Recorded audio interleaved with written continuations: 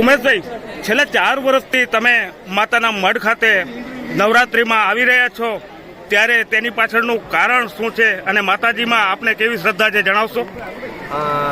માં આશાપુરા કચ્છ ધણિયાણી 18 વર્ષની માં છે, જેને હૃદયની આશા છે, આશા પૂરી કરનારી જગદંબા છે. 9 લાખ રોબડિયાળી ખૂબ માનું છું માતાજીને.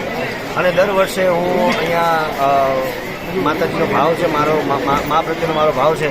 દર વર્ષે હું ચૈત્રી નોરતામાં બાબા સાહેબને કહેતો હોઉં છું કે મને અહીંયા આવવાનો, મને અહીંયા ગરબા ગાવાનો, માતાજીની મારી વાણી પવિત્ર કરવાનો જે અમને મોકો મળે છે. આખું વર્ષ દરમિયાન તો અમે બધે પ્રોગ્રામ કરતા જ હોઈએ છીએ, પણ આ એક જગ્યા એવી છે જ્યાંથી મને આખા વર્ષની મને એનર્જી મળે છે.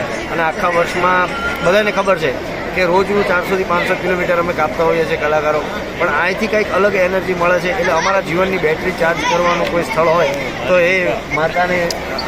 આપની બેટરી ચાર્જ દરમિયાન તમને એવો કોઈ માતાજીનો કોઈ એવો અનુભવ કે કોઈ એવી શ્રદ્ધા, કોઈ એવું કોઈ? જરૂર કહીશ. મને કહેવું ગમશે કે હું ઓસ્ટ્રેલિયા દરમિયાન મારી બહુ જ હાલત ખરાબ હતી, અને માતાના મઢમાં જે બધા ઢોલ વગાડે છે એના કુટુંબવાળા જ બધા મારી સાથે વગાડતા હોય છે, અને લોકો સીધી લીટીના સાક્ષી છે એ પ્રસંગના, કે ત્યારે મારી હાલત ખૂબ ખરાબ હતી. માં ભગવતી આશાપુરા માતાજીના અમે દર્શન કર્યા હતા. ત્યાંથી ઓસ્ટ્રેલિયામાં રહીને માં ભગવતીનું સ્મરણ કર્યું. ત્યાંથી